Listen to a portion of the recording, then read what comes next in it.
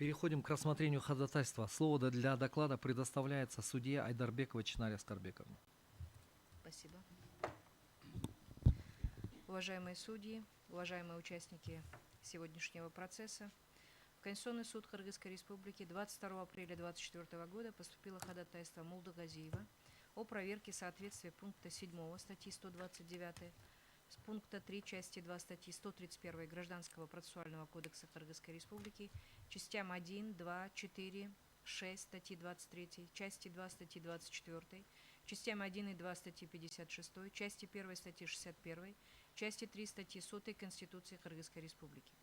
Оспариваемые нормы предусматривают требования для надлежащего уведомления участников судебного разбирательства, в частности, случаи, когда извещение не может быть передано непосредственно адресату, а передается другим лицам, которые обязаны вручить его адресату при первой же возможности, и когда при отсутствии адресата извещение считается доставленным по последнему известному суду его места жительства. Субъект обращения утверждает, что он неоднократно был участником гражданского судопроизводства в качестве ответчика, однако в силу оспариваемых норм не принимал непосредственного участия в судебных разбирательствах. Суды, ссылаясь на оспариваемые нормы, принимали решения без его участия и учета его мнения, чем подвергли сомнению полноценное выполнение своей функции обеспечения справедливого правосудия.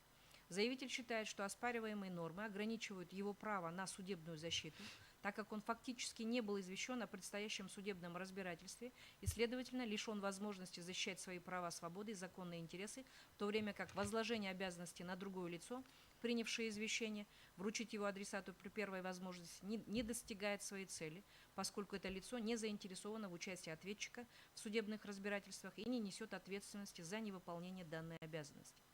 Молдагазиев полагает, что оспариваемые нормы, лишенные логической взаимосвязи и правовой определенности, не могут обеспечить доступность правосудия и, соответственно, право каждого на судебную защиту, поскольку они не отражают разумных пределов поведения ответчика и становятся реальным препятствием для него в доступе к правосудию, что значительно ограничивает его право на судебную защиту.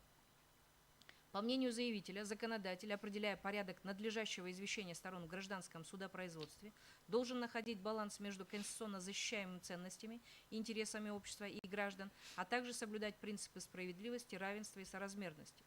Учитывая, что эти принципы служат основой для оценки законодательства, регулирующего права и свободы граждан, законодатель обязан использовать только те меры, которые обоснованы конституционно одобряемыми целями.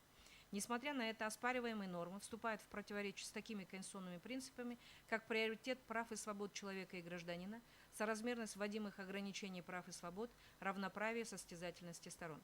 Молдагазиев отмечает, что надлежащее извещение сторон в гражданском судопроизводстве является важным компонентом права на законное и справедливое рассмотрение дела, гарантированное Конституцией и нормами международного права. Концепция справедливого судебного разбирательства, включая принцип состязательности, требует, чтобы ответчик был проинформирован о судебных заседаниях. Неполучение судебных извещений может негативно повлиять на защиту его интересов в процессе.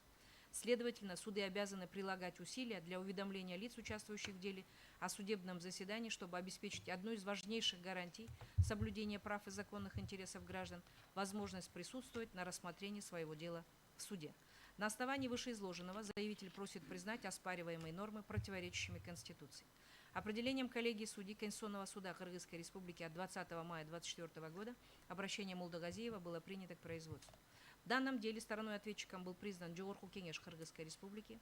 В качестве третьих лиц для дачи пояснений по рассматриваемому правовому вопросу привлечены администрация президента Кыргызской Республики, Верховный суд Кыргызской Республики, Министерство юстиции Кыргызской Республики, Государственное учреждение по информационным технологиям Отделецот при судебном департаменте при Верховном суде и Открытое акционерное общество Кыргызпочта С. Для подготовки дела к рассмотрению на заседании Конституционного суда проведены все необходимые процессуальные действия. Дело готово к рассмотрению. Уважаемые судьи, есть вопросы, Чинаре Аскарбековне?